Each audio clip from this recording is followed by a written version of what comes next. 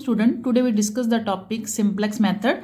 देखिए इसका जो है ऑलरेडी एक क्वेश्चन जो है मैं अपने लास्ट लेक्चर में बता चुकी हूँ आपको। ये इसका मैं सेकेंड प्रॉब्लम जो है वो ले रही हूँ आज। जैसे हमारे पास कोई भी ऑब्जेक्टिव फंक्शन है, ऑब्जेक्टिव फंक्शन हमारे पास है z is equal to 3x1 plus 5x2 plus 4x3 that is the maximize of z is equal to this subject to concentrate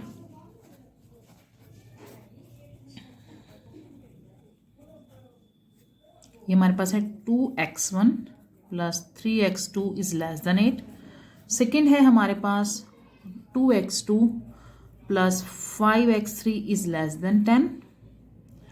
third है हमारे पास 3x1 2x2 plus 4x3 less than equal to 15। तो मैंने अपने lecture में आपको बताया था कि अगर हमारे पास लेस देन और इक्वल टू का सिंबल होता है तो हम वहाँ पर एक स्लैक वेरिएबल यूज़ करते हैं, और जो हमारा ऑब्जेक्टिव फंक्शन होता है उसे सिंप्लेक्स मेथड से करने के लिए जो है हम उसमें उतने ही जो है वेरिएबल ऐड करते हैं जितने नंबर ऑफ कंसंट्रेट होते हैं। जैसे मेरे पास है, अब मैं इसको चेंज करूँगी। जैसे हमारे पास z है तो हमारे पास कंसंट्रेट कितने हैं 1 2 3 है, तो यहाँ पर इसको कैसे लिखा जाएगा 3x1 5x2 4x3 that is 0s1 0s2 and 0s3 because number of concentrate कितने हैं 3, तो दैट्स मीन कितने हमारे पास वेरिएबल यहाँ पे 0 के साथ ऐड होंगे s1 s2 s3। अब यहाँ जो है, अब हमारे पास जो सब्जेक्ट टू कंसंट्रेट है इसको हम कैसे चेंज करेंगे, क्योंकि ये जो सिंबल है लेस देन का है तो उसके लिए हम क्या यूज करेंगे स्लैक वेरिएबल 3x2। देखिए x3 इसमें है नहीं तो हम क्या ले लेंगे 0, बिकॉज हमारा जो फंक्शन है वो x1 x2 x3 में नहीं है। अगर उसकी वैल्यू नहीं है तो हम ले लेंगे, और यहाँ पर स्लैक वेरिएबल क्या ऐड करेंगे s1, तो ये क्या हो जाएगा इक्वल टू 8। सेकेंड ले लेंगे, यहाँ 2x2 है दैट मीन x1 नहीं है तो मैं क्या लूंगी 0x1 2x2 5x3, और इसमें स्लैक वेरिएबल क्या ऐड करोगे s2, तो ये इक्वल में क्या हो जाएगा, ये 10 के इक्वल हो जाएगा। तक कंसंट्रेट है वो कंप्लीट ही हो x1 x2 और x3 में है, तो इसमें स्लैक वेरिएबल क्या ऐड करोगे s3 इक्वल टू क्या हो जाएगा 15। तो ये हमारे पास 3 हो गए। नाउ हमने आगे नेक्स्ट स्टेप क्या करना है, अब हम क्या करेंगे कि इसमें पुट कर लेंगे x1 x2 और x3 इज इक्वल टू 0। जैसे ही हम इन तीनों की वैल्यू इन तीनों कंसंट्रेट्स में पुट करते हैं तो we get s1 is equal to 8, s2 is equal to 10 and s3 is equal to 15। अब देखिए हम क्या करेंगे, अब इन तीनों की हेल्प से, यानी कि जो हमारे पास ऑब्जेक्टिव फंक्शन है या हमारे पास जो कंसंट्रेट्स आए हैं जो हमने मोल्ड करके बनाए हैं, दैट मीन्स ये नहीं बल्कि ये, इनके हेल्प से और s1 s2 की हेल्प से हम जो है सिंप्लेक्स मेथड को सॉल्व करेंगे। तो उसके लिए एक टेबल क्रिएट करना पड़ता है, तो वो टेबल देख लेते हैं हम कैसे क्रिएट किया जाता है। हाँ जी, देखिए जैसे टेबल 1 मैं बनाने जा रही हूँ, तो मैंने आपको लास्ट लेक्चर में बताया था जो CB फर्स्ट टाइम रहते हैं वो हमारे CB जो होते हैं वो फिक्स रहते हैं, दैट इज 0 0 एंड 0। बेसिस में ये होता है कि जो हमने स्लैक वेरिएबल में ऐड किया, जैसे s1 s2 s3 जो है हमने ये वेरिएबल यूज किया इस क्वेश्चन के अंदर। बेसिस वेरिएबल तो देखिए हमारे वैसे में तो s1 x2 x3 में हमारी इक्वेशन है, बट हमने बेसिकली कौन सी नए लिए हैं, that is s1 s2 and s3। तो इसमें आएगा s1 s2 and s3। Now अब ये देखिए कि s1 की वैल्यू कितनी है, हमारे पास 8 आई है, s2 की आई है 10 और s3 की कितनी है 15। यहाँ जो cj रहेगा वो हमारे पास रहता है, cj वो वैल्यू रहती है जो हमारी ऑब्जेक्टिव फंक्शन यानी z की वैल्यू होती है, दैट इज 3 5 4 0 0 0 5 4 0 0 0। यहाँ पर रेशो यूज करते हैं हम वर्ड, तो ये रेशो फाइंड आउट करते हैं। यहाँ पर देखिए, यहाँ पर टोटली सभी वेरिएबल लिखने हैं जो हमारे इसको इक्वेशन के अंदर है। जैसे हमारे पास x1 यूज हो रहा है, x2 x3, और जो स्लैक लिए हैं वो बाद में लीजिएगा, जैसे s1 s2 s3। तो इसके बाद हम क्या करेंगे, अब हम ये देखेंगे जो हमारे कंसंट्रेट्स हैं वो कैसे हैं। ये हो गया 2 3, x3 में क्या आ जाएगा 0, s1 में 1 है, s2 और s3 है नहीं तो 0 आ जाएगा। नेक्स्ट है हमारे पास 0, आगे है 2, 5। अब इसमें S1 नहीं है, S2 है, तो यहां पर तो 0 हो जाएगा, 1 0। थर्ड वाले में 3 2 4 0 0 1। तो मैंने जस्ट इसे प्लॉट किया है कि हमारे पास जो जो वैल्यूज थी वो मैंने टेबल के अंदर पुट कर दी हैं।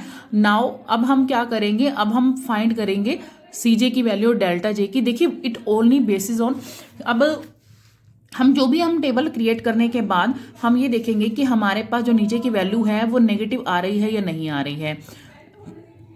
टिल जब तक वो नेगेटिव नहीं आती है ऑल वैल्यूज, तब तक हम इसको टेबल को जो है चलाते जाते हैं। मतलब टेबल 1 निकालेंगे, table 2 3 and 4 and so on, जब तक हमारे पास सभी वैल्यूज 0 नहीं है, नेगेटिव या 0 नहीं आती है। तो बता देती हूँ किस तरह की वैल्यू होती है। देखिए हमारे पास यहाँ Z फाइंड आउट करेंगे हम। हमारा Z कैसे निकलता है, जो हमारा B है और जो हमारा CB है, अगर मैं इसे कोरस्पॉन्डिंग मल्टीप्लाई करती हूँ, जैसे इसको मैंने 0 को 8 से किया, 0 को 10 से किया और 0 को 15 से किया, और इनको तीनों को प्लस किया तो कितना आया मेरे पास 0। इन तीनों को कोरस्पॉन्डिंग मल्टीप्लाई करके जब ऐड करते हैं तो हमारे पास Z की वैल्यू आती है। और ZJ कैसे मिलता है हमें, Z से मिलता है यहाँ पे भी कोरस्पॉन्डिंग मल्टीप्लाई करके, इसको नहीं, आगे की जो सीक्वेंस है, जैसे इसको इससे किया, इसको इससे किया, X1 की पूरी लाइन है जो हमारी कॉलम है, इसको किया, फिर से 0, फिर से 0, फिर से 0, क्योंकि फर्स्ट टाइम जब है ही 0 तो सारा ही 0 हो जाएगा। फिर हम निकालते हैं delta J, that is CJ minus ZJ। CJ कौन सा है, जो हमारा ऊपर है, और ZJ ये वाला है। जैसे मैं 3 में से 0 करूंगी तो 3 आ जाएगा, 5 में से 0 5, यहाँ हो जाएगा 4, 0 में से 0 0 एंड 0 में से 0। यानी ये जो मेरे पास ZJ है वो किस में से माइनस करना है, ऊपर वाले CJ वाले एलिमेंट में से माइनस कर देना है। नाउ अब इस डेल्टा जे में देखिए कोई भी नेगेटिव वैल्यू नहीं है हमारे पास। मैंने आपको बोला कि डेल्टा जे जब तक नेगेटिव या 0 नहीं होता तो हम जो है ये जो हमारे पास टेबल है उसको हम कंटिन्यू रखेंगे। कोई नहीं है तो हम क्या देखते हैं, इसमें सबसे ग्रेटर वैल्यू देखते हैं। तो इसमें सबसे ग्रेटर वैल्यू कौन सी है, 5। तो ये 5 इज की कॉलम, तो 5 हमारा क्या हो गया, की कॉलम। अब देखिए अब हम 5 की कॉलम फाइंड आउट कर लिया है। अब मैं रेशो फाइंड आउट करूंगी, तो रेशो जो मेरे पास कॉलम मिली है मुझे, उस कॉलम को किससे, उसको मतलब जो हमारे B के एलिमेंट है उस कॉलम से डिवाइड कर देंगे। जैसे हमारे B है, XB हमारे पास है 8, तो मैंने कौन सी कॉलम के, ये वाला एलिमेंट हमारे पास ये कॉलम है, तो मैंने डिवाइड कर दिया 8 को 3 से, 10 को 2 से और 15 को 2 से। जैसे मैं डिवाइड करती हूं तो आप ये देखिए सबसे मिनिमम वैल्यू कहां आ रही है, सबसे मिनिमम वैल्यू मेरी ये आ रही है, दैट इज 2.6। तो 2.6 is the key row. Now जो हमारा कॉमन एलिमेंट होगा, जैसे यहां से और यहां से लें तो कॉमन एलिमेंट इसी के अंदर ही बनेगा ना, जो रो और इसको इंटरसेक्शन पर आएगा, दैट इज 3। तो 3 हमारा क्या हो जाएगा, की एलिमेंट। तो ये हमारा क्या हो गया, की एलिमेंट। तो देखिए हमारा हमें की एलिमेंट मिल गया है। आगे हमारा क्या रहता है, जो भी हमारा की एलिमेंट होता है हम पूरी की पूरी इसकी रो को उस की एलिमेंट से डिवाइड कर देते हैं। तो देखिए जैसे मैं ही जो है इस की एलिमेंट को इससे डिवाइड करती हूँ, देखिए ये जो मैं आप प्रोसीजर कर रही हूँ आपको वैसे नेक्स्ट टेबल में शो करना है, बट हम ऑपरेशन जो है ताकि आप कंफ्यूज ना हो, नेक्स्ट पेज में हो जाएगा, तो मैं इसी में ही शो कर देती हूँ आपको कि मेरे को इस पूरी जो रो है इसको किससे डिवाइड करना है, इस 3 से, यानी की एलिमेंट से। तो जैसे मैं की एलिमेंट से करती हूँ, देखो 3 को डिवाइड, तो यहाँ क्या आ जाएगा, 3 को 3 से करूंगी, ये यहाँ पर आ जाएगा 8/3, यहाँ आ जाएगा 2/3, यहाँ 3 से किया 1, यहाँ आ जाएगा 0, यहाँ आ जाएगा 1/3, यहाँ भी 0 और यहाँ भी 0। यानी जब मैंने डिवाइड किया तो मेरे पास जो न्यू जो रो बनेगी ये वाली बनेगी। ये मैंने न्यू रो कहाँ पुट करनी है, टेबल नंबर 2 में, जो मेरे टेबल नंबर 2 होगी। तो मेरे पास नई रो आ गई। अब मैं क्या करूंगी, इस नए रो की हेल्प से नीचे वाली वैल्यूज को 0 करूंगी। तो हमारे पास नीचे वाली वैल्यू को 0 करने के लिए देखिए आप ये देखोगे कि कौन सा ऑपरेशन लगेगा। तो आपको पता है यहां मेरे पास 1 है, बट ये न्यू वाला है और ये मेरे ओल्ड है दोनों वैल्यूज, तो मैं क्या करूंगी, अगर मैं इसके को 2 से मल्टीप्लाई करके इसमें से माइनस कर दूं और इसमें भी 2 से मल्टीप्लाई करके माइनस कर दूं तो 0 हो जाएंगे। हमारे को देखो इस चीज से नहीं लेना देना कि यहां पर हमारी क्या वैल्यू, हमारा मेन मोटो यही है कि हमें जो भी हमारा की एलिमेंट है उसकी जो कॉलम है वो सारे के सारे एलिमेंट्स को आपने 0 करना है। तो 0 कैसे होगा, अगर मैं 1 को 2 से मल्टीप्लाई करूं और इसमें से माइनस करूं ये भी 0 हो जाएगा। अगर इस 1 को मैं 2 से मल्टीप्लाई करके इसमें से माइनस करूं तब भी 0 हो जाएगा। तो देखिए फिर हमारा ऑपरेशन क्या लगेगा R2 के लिए। R2 के लिए मैं लगाऊंगी ओल्ड R2 माइनस 2 से मैंने बोला मल्टीप्लाई करने के लिए 2 इंटू न्यू R1। इसी तरीके से R3 के लिए हमारा क्या ऑपरेशन लगेगा, old R3 minus 2 into new R1। New इसलिए लिखा है बच्चे क्योंकि ये जो न्यू हमारी ये रो है न्यू जो मैंने डिवाइड की है, ये मैंने पेंसिल से इसीलिए मेंशन किया बिकॉज क्योंकि आपको यहाँ ये क्वेश्चन में नहीं करके दिखाना है। क्वेश्चन ये जो पॉइंट है ये आपका नेक्स्ट टेबल में करके दिखाना है। तो जो है इसमें जो है आपको सिर्फ समझ मतलब एक्सप्लेन करने के लिए बेसिकली कैसे आया है उसके लिए मैंने आपको सामने ही कर दिया है। तो देखिए ओल्ड R2 मैं ले लेती हूँ पहले। ओल्ड R2 ये है, सारा मैं मेंशन कर रही हूँ, दैट इज 10 0 2 5 0 1 एंड 0। और न्यू R1 मेरे पास है 2 से मल्टीप्लाई करना है, 2 into 8 by 3, 2 into 2 by 3, 2 into 1, 2 into 0, 2 into 1 by 3, 2 into 0 and 2 into 0।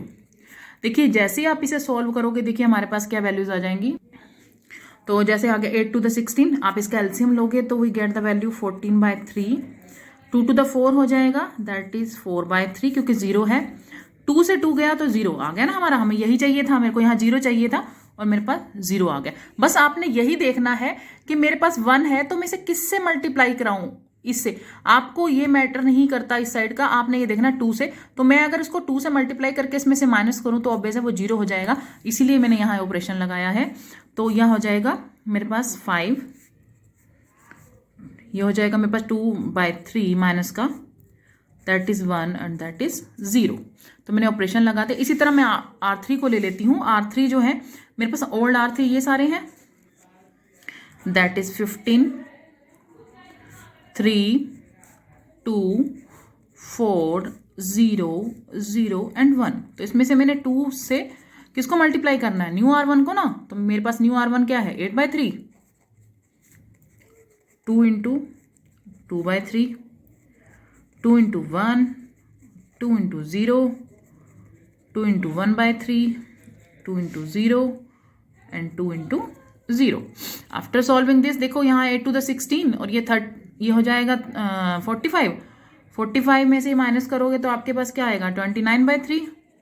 इसी तरीके से इसका भी एलसीएम ले लोगे, 9 माइनस दैट इज 5 बाई 3, 0 4 में से 0 गया 4, तो ये हो जाएगा मेरे पास माइनस का है ना तो माइनस का 2 by 3, this is 0 this is 0। देखिए मैंने अब इस वाले एलिमेंट में मेरे पास तीनों आ गए।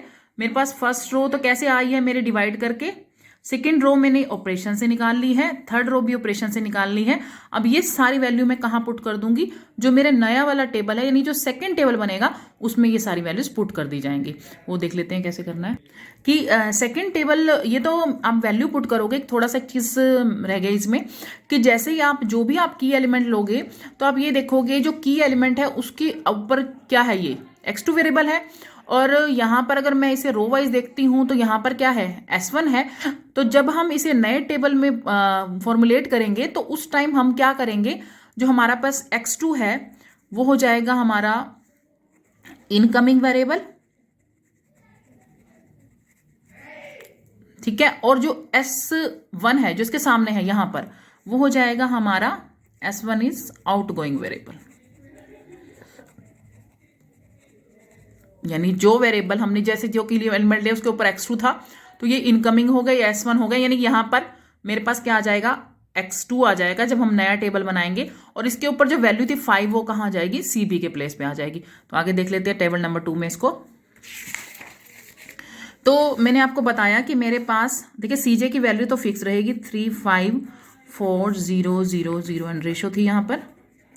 मैंने आपको यही बोला था कि यहाँ पर था x1, x2, x3, s1, s2, s3।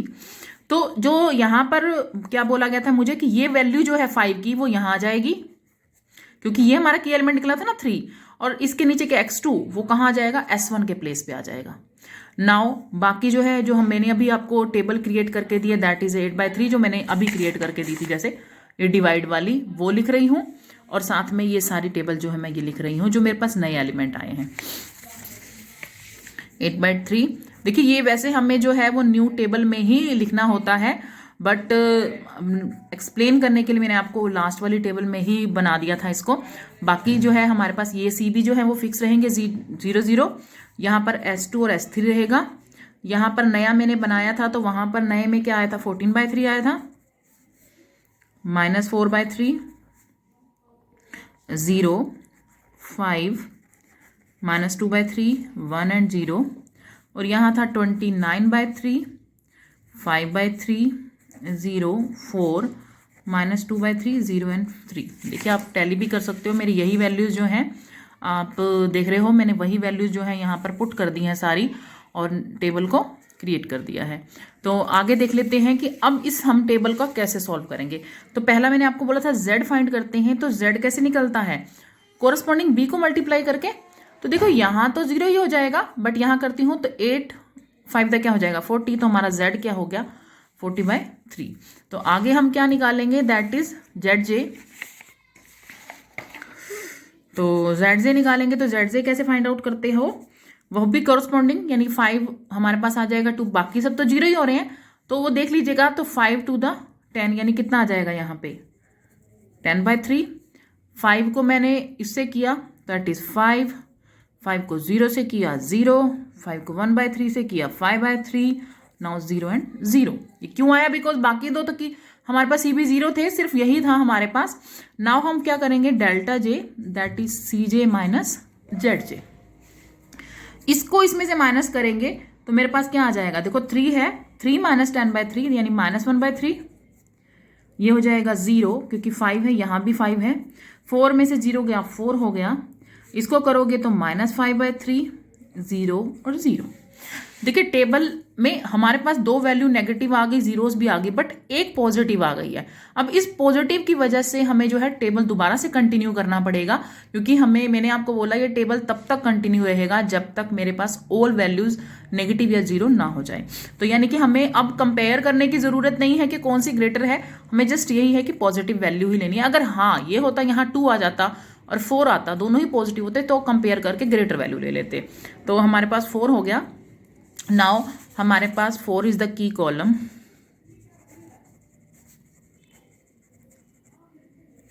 की कॉलम हो गई है। अब हम क्या करेंगे, रेशो फाइंड करेंगे, किससे, 8/3 से। 8/3 डिवाइडेड बाय 0। देखिए जो भी हमारे पास अगर डिवाइडेड बाय 0 आ जाता है तो प्लीज उसे मेंशन मत कीजिएगा, क्योंकि हमारे पास ये वैलिड नहीं होती है, क्योंकि कोई भी चीज 0 से डिवाइड हो जाए तो वहां पर डैश छोड़ दीजिएगा। अब 14/3 किससे डिवाइड होगा, मेरे पास ये थी ना, ये फिक्स थी एलिमेंट, क्योंकि मेरे पास ये कॉलम आई है। तो 14/3 को किससे डिवाइड करोगे, divided by 5, that is 14/15। Now अब 29/3 है, दैट इज डिवाइडेड बाय 4, ये आ गया 29/12। तो आप अगर इसको कंपेयर करते हो तो ये हमारे पास मिनिमम वैल्यू आई है, तो हमारा की एलिमेंट क्या बन जाएगा 5। तो हमारे पास की 5 इज की एलिमेंट। तो 5 अगर की एलिमेंट है तो क्या प्रोसीजर रहता है की एलिमेंट के लिए, कि मैं पूरी इक्वेशन को किससे डिवाइड कर दूंगी, 5 से, यानी ये पूरी की पूरी जो मेरे पास रो है किससे डिवाइड हो जाएगी, 5 से। तो जैसे ही इसे हम 5 से डिवाइड करते हैं तो हमारे पास देखिए क्या वैल्यू आ जाएगी, 14/3 को 5 से किया तो दैट इज 14/15, ये होएगा 4/15, ये तो 0 ही हो जाएगा, और ये हो जाएगा 1। इसको करेंगे इससे तो 2/15, 1 को करेंगे तो 1/5, और दैट इज 0। बिल्कुल सिंपल है। आपने इसको देखिए नेक्स्ट टेबल में लिखना है, मैं यहाँ फिर से बता रही हूँ, मैं एक्सप्लेन करने के लिए बता रही हूँ कि आपने जो भी की एलिमेंट होता है उससे पूरी रो को डिवाइड करके देखो नेक्स्ट टेबल में लिखकर फिर ऑपरेशन लगवाने होते हैं, बीच में ही ये टॉप करना होता है कि हमारे टेबल, तभी मैं ओल्ड और न्यू लिखती हूँ। न्यू का मतलब ये नया एलिमेंट है और ये मेरे पुराने एलिमेंट है। देखो ये मैंने डिवाइड कर दिया, ये की एलिमेंट मेरे पास ये आ गया। अब देखो कि यहाँ 1 है तो मुझे नीचे वालों जो मेरी पूरी कॉलम है उसको 0 कैसे करना है। देखो ऊपर कोई ऑपरेशन नहीं लगेगा बिकॉज यहाँ ऑलरेडी ही मेरे पास 0 है। नीचे क्या ऑपरेशन लगेगा, अगर मैं इसको 4 से मल्टीप्लाई करके इसमें से माइनस कर दूं तो क्या हो जाएगा 0, तो यही मेरा ऑपरेशन लगेगा R3 में। तो मेरे पास एक ही ऑपरेशन लगेगा इस क्वेश्चन के अंदर R3 के लिए। तो R3 is equal to old R3 minus 4 into new R2। R2 मतलब क्योंकि सेकेंड लाइन आई है ये, ठीक है। तो ओल्ड मेरे पास क्या था, डेट इज 29/3, 5/3, 0, 4, माइनस 2/3, 0 और 1। अब मैं इसे माइनस किस में से करूंगी, 4 इंटू, देखिए यहां पर 14/15 है, 4 इंटू माइनस 4/15 है, 4 इंटू 0, 4 इंटू 1, क्योंकि ये लेके चलना है ना मुझे, 4 into minus 2/15, 4 into 1/5 and 4 into 0। ठीक है, तो जैसे ही आप इसको सॉल्व करोगे तो हमारे पास क्या आ रहा है, 89/15, 41/15, ये 0, ये 0। देखिए मैं यही मैं आपको बताना चाहती थी, यहाँ 0 चाहिए था, आ गया 0 हमारा। आगे आ जाएगा 2/15 माइनस 4/5 एंड दिस इज 1। तो ये हमारे पास कौन सी आ जाएगी, हमारे पास R3 आ गई। R1 की रिक्वायरमेंट नहीं है क्योंकि वहां ऑलरेडी ही हमारे पास क्या है, 0 है। अब हमारे पास देखो, अब मैंने आपको बोला जैसे लास्ट में हमने किया था, अब मेरे पास ये की एलिमेंट है तो ये हमारा क्या हो जाएगा, x3 क्या हो जाएगा हमारे पास इनकमिंग, और इसके सामने वाला S2 क्या हो जाएगा, आउटगोइंग। तो यहां पर S2 हम क्या लिखेंगे, S2 इज आउटगोइंग वेरिएबल, और अंदर क्या आ जाएगा, x3 is incoming variable. Now और एक चीज होगी, जैसे यहां पर मैंने 5 लिखा था लास्ट टेबल में, तो यहां पर क्या आ जाएगा, 4 आ जाएगा और नीचे वाला 0 रहेगा। तो ये चेंजेस जो है मुझे नेक्स्ट टेबल में करने हैं, तो नेक्स्ट टेबल बना लेते हैं एक बार। देखिए नेक्स्ट टेबल में वही था fix, that is 3, 5, 0, sorry 4, 0, 0, 0 and ratio. और साथ में यहां क्या रहेगा हमारे पास, यहां था 5 और नेक्स्ट करेंगे तो यहां पर मेरे पास x2 आ गया था। यहां पर इनकमिंग की वजह से यहां पर मैं पहले लिख देती हूँ यहाँ x3, s1, s2, s3, क्योंकि मेरा की एलिमेंट इसी रो में था। तो मेरे पास यहाँ 4 आ जाएगा और यहाँ पे x3, यहाँ 0 और s3। देखिए मैं दिखा देती हूँ आपको कि हमारे पास ये था ना हमारा की एलिमेंट, तो x3 मैंने इनकमिंग कर दिया और s2 को आउटगोइंग कर दिया, तो यहाँ 4 आ गया, 4 और लिख दिया है। नाउ अब हमारे पास जो नए बने थे एलिमेंट्स वो लिख रही हूं मैं इसके अंदर। ये था 8/3, 2/3, 1, 0, 1/3, 0 एंड 0। नेक्स्ट है हमारे पास 14/15 minus 4/15, 0, 1, minus 2/15, 1/15 and 0, that is 89/15,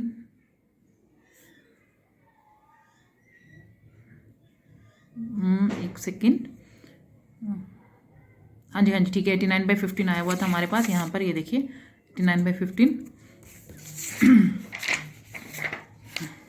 आगे है 41/15, 0, 0, माइनस 2/15, माइनस 4/5 एंड 1। तो आगे फिर से हमारा z फाइंड आउट करेंगे, तो z कैसे निकलेगा, इसको इससे मल्टीप्लाई करके, इसको इससे, 5 को 8/3 से और 4 को 14/5 से। आप इन दोनों को प्लस करके एलसीएम लेते हो तो हमारे पास आएगा 256। मैं दोबारा से बता रही हूँ, इसको सॉरी इससे मल्टीप्लाई करना है और 4 को इससे करना है, यानी कि बी वाले एलिमेंट से। तो हमारे पास इसको प्लस करके आएगा, थर्ड तो वैसे ही 0 है कि अगर 89 में करती हूँ 0 से तो 0 हो जाएगा, सिर्फ ये दोनों वैल्यूज कैलकुलेट हो जाएंगी। तो ZJ कैसे फाइंड आउट करते हैं, इसमें भी कॉरस्पॉन्डिंग मल्टीप्लाई होगा, 5 2/3 दैट इज 10/3 और 4 को इससे करोगे तो हमारे पास प्लस कर दीजिएगा, प्लस करके हमारे पास आ रहा है इसमें 34/15। ऐसे ही 5 1 द 5, ये तो 0 ही हो गए, तो यहाँ सिर्फ क्या रह जाएगा 5 को 0 से किया 0, 4 को 1 से किया 1 और यहाँ भी 0, तो खाली क्या बचा 4। यहाँ आएगा 5/3 और यहाँ बचेगा 4 to the 8/15, तो प्लस करोगे तो क्या आएगा 17/15। यहाँ भी 0, यहाँ भी 0, यहाँ भी 0 0 और यहाँ पर भी तीनों 0। अब हमें क्या निकालना था, डेल्टा जे। डेल्टा जे कैसे निकालते हैं, CJ माइनस ZJ। तो 3 में से 34/15 माइनस कर दीजिएगा, दैट इज 11/15। 5 में से 5 गया 0, 4 में से 4 गया 0, 0 में से 17/15 गए, दैट इज -17/15 0 0। तो हमारे पास देखिए ये आ गया। अब इसमें एक नेगेटिव आ रही है, बाकी सब 0 आ रहे हैं, सिर्फ यही एलिमेंट बचा है, तो हम इसको क्या कह देंगे, तो 11/15 जो है इज अ की कॉलम। अब मैंने क्या बताया था, रेशो फाइंड आउट करनी होती है, तो रेशो फाइंड के लिए अब हमारे पास ये वैल्यू फिक्स हो गई, तो मैं किससे डिवाइड करूंगी 8/3 से, इसको इससे और इसको इससे, तो 8/3 इज डिवाइडेड बाय 2/3, तो हमारे पास कितना बचा 4। अब यहाँ पर आएगा 14/15 इज डिवाइडेड बाय -4/15, तो ये नेगेटिव वैल्यू आ रही है, इग्नोर कर दीजिए इसे। 89/15 इज डिवाइडेड बाय 41/15, 50 से 50 यानी आ जाएगा 89/41। तो अगर आप इसको डिवाइड करोगे तो सबसे मिनिमम वैल्यू ये आएगी हमारे पास। अगर ये सबसे मिनिमम वैल्यू आ रही है और मेरे पास की जो था कॉलम ये है और की ये रो है, तो मेरे पास की एलिमेंट कौन सा बनेगा, दैट इज 41/15, तो दैट इज 41/15 इज की एलिमेंट। अगर ये की एलिमेंट है तो मैंने क्या बताया था कि पूरे को हम किससे डिवाइड करेंगे, 41/15 से, तो पूरे को डिवाइड करेंगे तो हमारे पास वैल्यू आ जाएगी, देखो मैं इसको 49/15 से करती हूं तो क्या बचेगा 89/41, क्योंकि 15 से 15 कैंसिल हो जाएगा।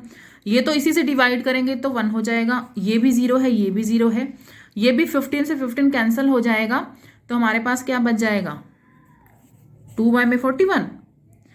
और यहाँ से 5 से जब हमारा 15 कटेगा तो हमारे पास क्या बच जाएगा 12/41, और यहाँ क्या बचेगा 15/41। मैंने जस्ट क्या किया है, पूरी की पूरी रो को किससे डिवाइड किया है 41/15 से डिवाइड कर दिया। अब मेरे पास ये जो है मेरी न्यू जो है टेबल के लिए R3 बन गया है। अब मुझे R2 भी निकालना है और R1 भी निकालना है, तो अब हम कैसे करेंगे, वही प्रोसीजर है। इसमें मैं किससे ये 1 है, 1 को मैं किससे मल्टीप्लाई करूंगी 2/3 से और इसमें सब्ट्रैक्ट कर दूंगी। इसी तरह इसको यहां पर सब्ट्रैक्ट किया बिकॉज पॉजिटिव था, लेकिन यहां पर माइनस है तो हम क्या कर देंगे ऐड, तो मैं इसको 4/5 से मल्टीप्लाई करके इसमें ऐड कर दूंगी, तो ये भी 0 हो जाएगा। यानी आपने ये देखा यहां कौन सा एलिमेंट है उसी से मल्टीप्लाई किया जाता है, क्योंकि यहाँ तो हमेशा ही 1 आएगा आपका, तो हम यही ऑपरेशन लगा देते हैं इसके अंदर। हमारे ऑपरेशन लगेंगे एक R2 के अंदर और R1 के अंदर और R2 के अंदर।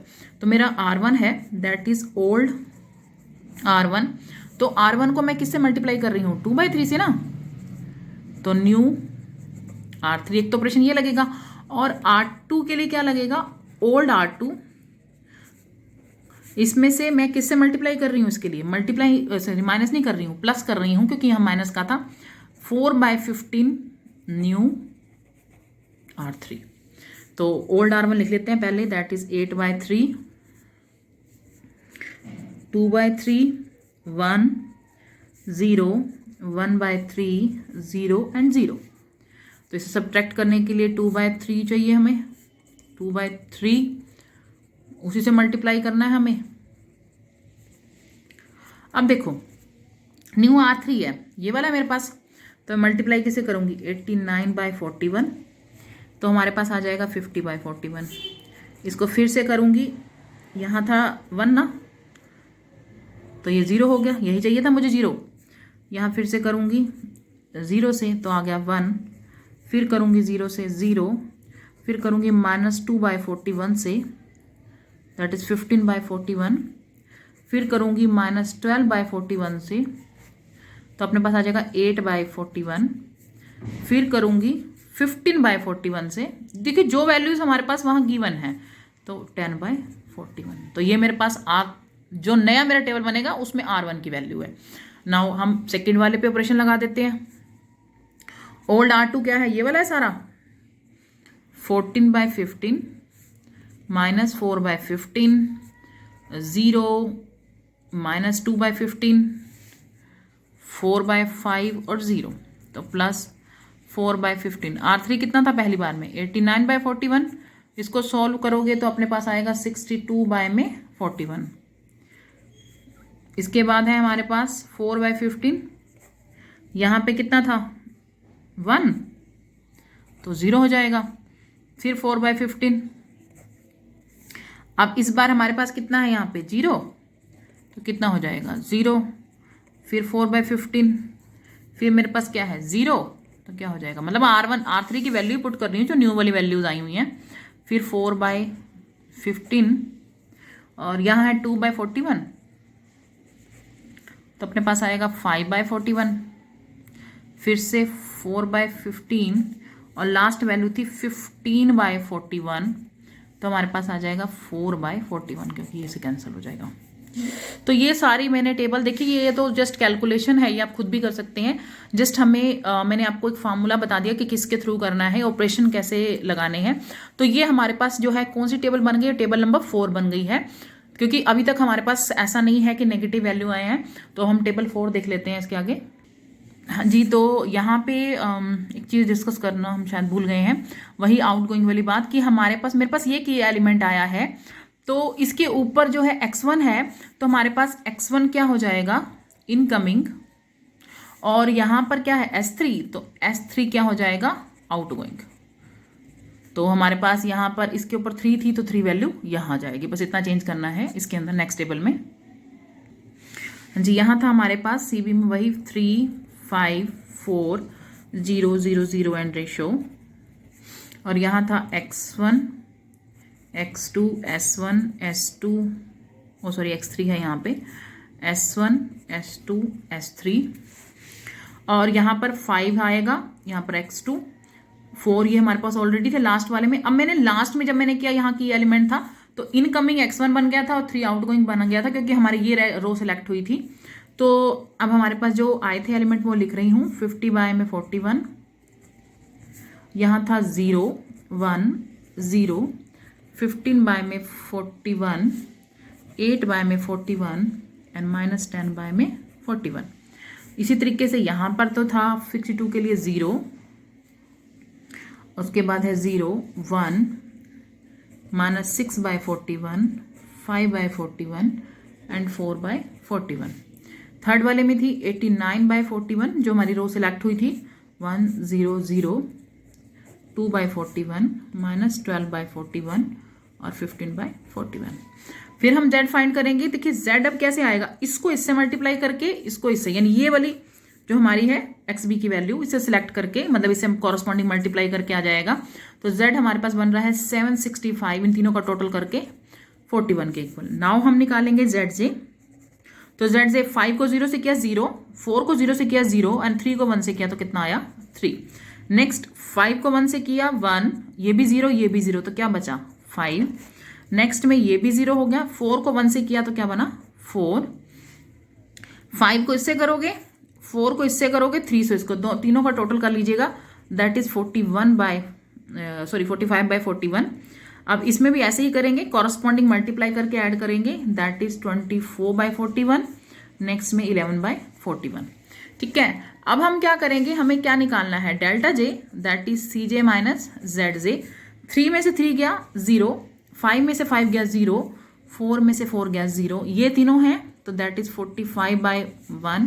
क्योंकि 0 में से माइनस हो रहे हैं तो तीनों ही नेगेटिव हो जाएंगे, ये इसमें से माइनस हो रहा है, ये इसमें से हो रहा है, ये इसमें से हो रहा है, तो हो गई हमारी। क्योंकि हमें ऑल वैल्यूज नेगेटिव चाहिए थी, तो ये ऑल वैल्यूज क्या आ रही है, नेगेटिव या 0 आ रही है। मीन्स अभी हम आगे जो है हमें टेबल क्रिएट करने की जरूरत नहीं है, हमारा सिंप्लेक्स मेथड यहाँ खत्म हो गया। साथ में हमें z की वैल्यू क्या मिल गई है, दैट इज 765। मैंने बोला z की वैल्यू हमें कोरस्पॉन्डिंग मल्टीप्लाई करके ऐड करके मिलेगी, यहां से मिल गई। सेकेंड थिंग, हमें x1 x2 की वैल्यू मिल गई, दैट इज 5, x2 की वैल्यू मिल गई 50/41, ये वैल्यु है। x3 की वैल्यू मिल गई हमें 62/41, ये वाली वैल्यू है। और x1 की मिल गई 89/41, ये हमारे पास सिंप्लेक्स मेथड का रिक्वायर्ड आंसर है। तो ये चीज़ हमने की है, इसमें हमारे पास 4 टेबल तक गया है, मैक्सिमम 4 तक ही आता है, 3 और 4 टेबल के अंदर हमारा जो आंसर जो है ये खत्म हो जाता है।